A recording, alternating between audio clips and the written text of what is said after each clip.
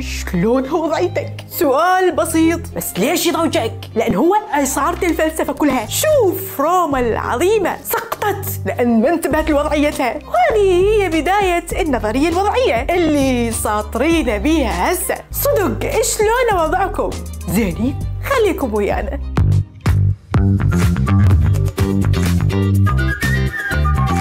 أرحب بالغوالي وحلقة جديدة بمستوى عالي. كل قوي للزمان يلينه، هذا اللي صار ويا الإمبراطورية الرومانية. قوة بالقرن الثالث للميلاد تسيطر على أوروبا وشمال أفريقيا، والله ليش كذبني الشام، وبلغت ذروتها بعام 476 ميلادي. إمبراطورية عظيمة بس فارغة، دولة بس كفر ما بيها منطق، وضعيتها تعبانة من جوا، جيشها معتمد على المرتزقة الأجانب بدون ولاء ولا براءة، القيادات ضعيفة ومنقسمة، الإمبراطور بدون سلطة زعطوط، الشعب الروماني ما عنده إيمان بالإمبراطورية، مو لأن شعب نكار بس وضعهم صعب. شعب الإمبراطورية العظيمة هلكته الضرائب والفقر والعدالة المفقودة، وفوق الحقة دقة، يعني فوضى سياسية وعركات ومشاكل وصراعات وتسقيط. السلطة الفعلية كانت بيد الميليشيا، والإمبراطور رومولوس أغسطولوس اسمه مضروب بخلاط، ما حد يسمع منه. هاي الوضعية مو حكر على الرومان، لا، وضعية مألوفة بكل الدول اللي أنظمتها فاتحة الأحزاب ومرحرحة،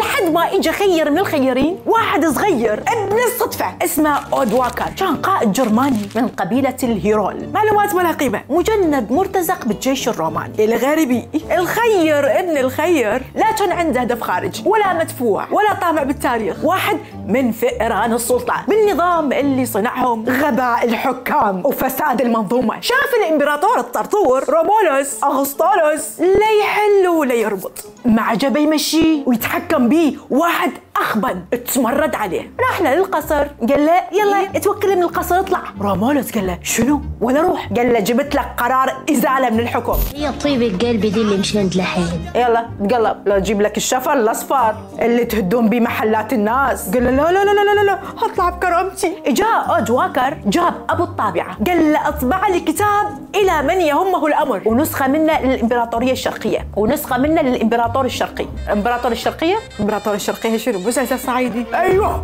العمدة زينون القسطنطينية، واكتب بيه بعد السلام هاي هلاهي الامبراطور الغرب رومولوس أغسطولوس، تيجان وأوسمة ضموها يمكم، احنا ما نريدها بعد، لك اختلف عليهم، امبراطور واحد يكفينا اللي هو انت، ماكو حاجة الامبراطورية الغربية بعد. أودواكر ما راد يبني امبراطورية جديدة، راد حكم بوضعية مستقرة وإدارة منهم وبيهم، تتعامل بالموجود، مو تعامل هم امبراطورية وهم حفاي. وعرف انه روما الغربية تحولت للهياكل فارغة بدون جيش حقيقي واقتصاد متماسك وحتى ثقة من الشعب معته، وصار أودواكر أول واحد تجرأ يقول الحقيقة اللي شايفها، وأنه الإمبراطورية ماتت، خلنا ندفنها بكرامة بدل التمثيل بجثتها. وهذا كان الأساس بأنه يجي جد أبويا أوغست كونت مولد 1798 فرنسا، يملك شقة وسيارة وآيفون تحكي شخايسة ويا كل العذاب اللي شافه بدنيته من فوضى ما بعد الثورة الفرنسية وصدمة حضارية انتقلت بها فرنسا من الملكية للثورة، وراها للفوضى، وراها الإمبراطورية، وبعدين فوضى من جديد. ويل عليك جدو،